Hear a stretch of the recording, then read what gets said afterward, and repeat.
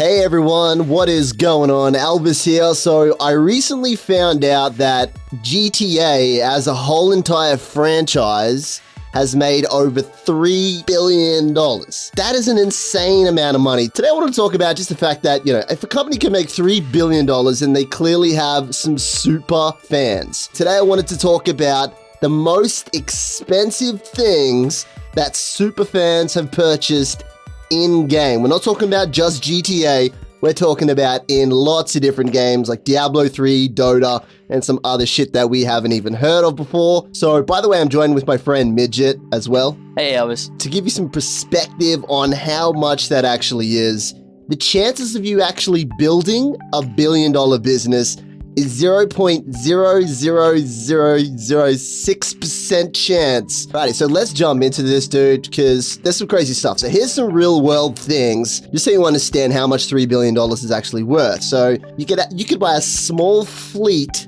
of like military grade fighter jets similar to the jets in GTA. You can buy 3 of them. Yeah, basically just roll around in jets like a boss. You wouldn't even have to drive to work. You just jump in one of those things, which would be pretty crazy. What would you use the jets for, Midget, if you had a chance? I'd just go cruising around the country, so I might go wherever I want to, basically. Maybe shoot some missiles at things, I guess. So before we actually get into some gaming stuff, there's some other crazy things that are in the world right now that people have purchased. So, for example, a building called the Antilla. I think that's how you say it. This is a building in Mumbai. It's 40 stories. There's a 50-person theater. It's worth $1 billion. There's a health club in there. I'm pretty sure the guy who bought it isn't using the health club, though. Pretty confident that's the case. Basically, everything a suburb or a small city has in this one big building. It's pretty crazy, man. For sure. Absolutely. It'd be a nice place to live. You would never want to leave. No, that's right. Well, you have no reason to leave, right? Yeah. If you had like enough friends that would come around and like fill up your 50-person, like it'd be tough, I think, to fill up a 50-person theater. Well, that's it. And if you don't have any friends, then you just buy some friends, right? Yeah. You just pay for it. I think if you get to the point where you got that much money, it'd be hard to not have people hanging around you. That's exactly right. So one more thing that I want to talk about is you could also kind of technically buy this Solomon Islands, which is a tax haven. So you could have your own Panama Papers scandal, which would be pretty cool. Well, and let's face it, who doesn't want to own their own island? You could even purchase your own evil fortress to go on that island as well. Yeah. Well, that's what I would do anyway. I'd buy my own fortress. Would you like get it themed like a video game as well? Oh, yeah, probably. Most likely. If you had like a shitload more than what we're talking about, you could buy the Solomon Islands, Antilla, that building on the actual island where you hosted people over to do all the shady tax stuff.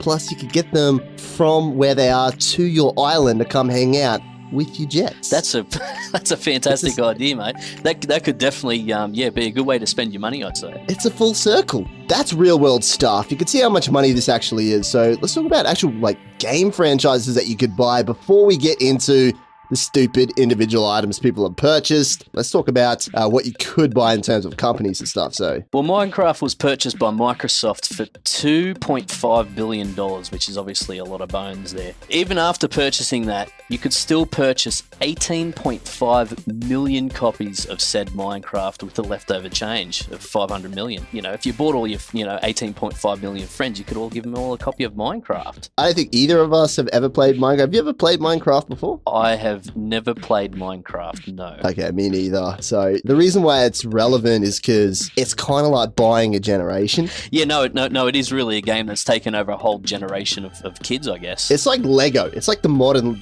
day Lego. And now into something that we are a little bit more familiar with, Blizzard Activision.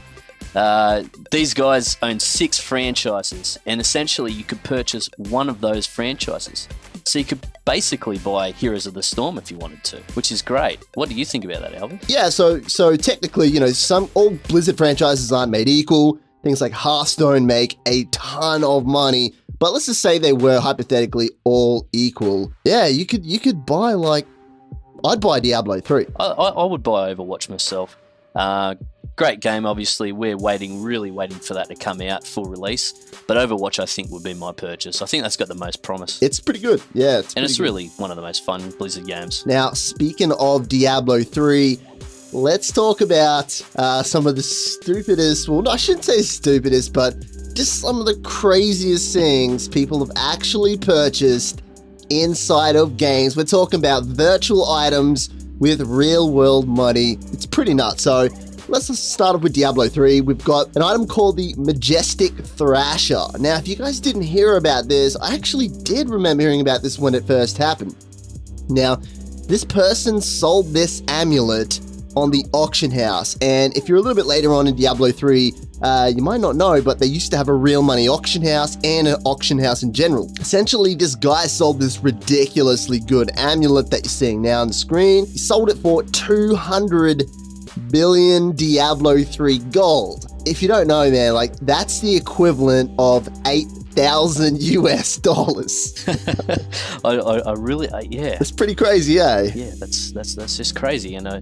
And what is this? A necklace, essentially, right? Like necklaces were like the rarest items at the time, and this was like the best of the best that you could. It was really, really rare to find what these stats anyway. I'd want to do some good stuff. The way I kind of see it is, dude, I wouldn't even spend 8,000 on a real necklace for like a partner. I think you'd have to be a hardcore Diablo player to purchase this. Also stupid. Like $8,000, man. Come on, dude. You could feed yourself for a year with that much. You could buy a car, right? You could buy a car with that. While we're still on Diablo, there's one more item now. You guys probably definitely know about this one. It is the most popular one anyway when it comes to the Diablo 3 stuff. Before we jump on to other games, but someone bought in Diablo 3 an Echoing Fury. Now, if you don't know what this is, it was the highest DPS weapon in the game. Now, there's a little bit of a catch to this item, which I'll talk about in a sec, but essentially someone sold this Echoing Fury for 7,500 euro. Now, that's nearly 11,000 Australian or 8,500 US dollars. So someone's gone and bought this fucking item for $8,500. The best part about this story is, if you're not familiar with the item, it had a super high chance of causing fear. Essentially, when you're attacking, monsters would always get feared and run away, and you couldn't hit them. I reckon because of the fear mechanic that was built into it in an action RPG, it actually negated heaps of the DPS. Not only that, if you were using it with friends, they'd tell you to take it off because it was annoying as hell to have monsters. It was like a 10% chance of fearing, so you're always scaring shit away. But what else have we got here? Well, there's a Dota 2 Pink Ethereal Flame War Dog Courier, which is some kind of a pet thing. I don't actually play Dota 2 myself, unfortunately. Elvis, I don't know if you do. This one was worth 38,000 US dollars. Now, I just don't understand how anyone can purchase something that's a pink puppy dog, essentially. It's got a skull, it's kind of cool, and it flies around, but it's a pink puppy dog with pink flames. So yeah, I really don't know about this one. Who spends $38,000 in a video game for one thing? Well, I think old mate up in Antilia mansion on his island with all his friends flying around in Harrier jump jets. He might buy it. Wait, that's it. That's who bought it. We've figured it out. We've finally figured it out. The dude who owns that building, he's the one buying all this stuff. That's it. So I have actually heard about this. What I think it is like the pet is super rare. Also, the color and the effect on it is really rare too. Plus, it was a discontinued item, so its value was so high because it's scarcity. $38,000 though, like. Well, its rarity is based on, isn't it, the effect and also the shade of pink that it is? It's a rare shade of pink, apparently. Yeah, there's definitely something going on with this item that makes it super rare. There's one more item on here. Now, when I was doing a little bit of digging around into this, I actually have never heard of this game before. Apparently, someone in Entropia Universe, which is an MMO, which I've never heard of the shit, but someone bought a thing called Crystal Palace Space Station. So get this, 330,000 US dollars.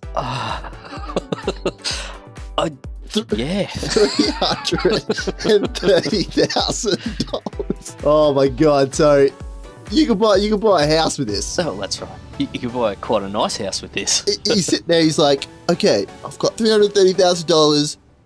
I could buy a house. What should I spend my money on? I've got it. I'm going to buy a Crystal Palace space station in Entropia Universe on an MMO.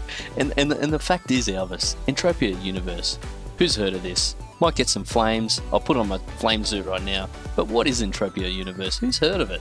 I mean, yeah. Is there anyone even there to see it, let alone, you know? Let us know if you guys have actually heard about this.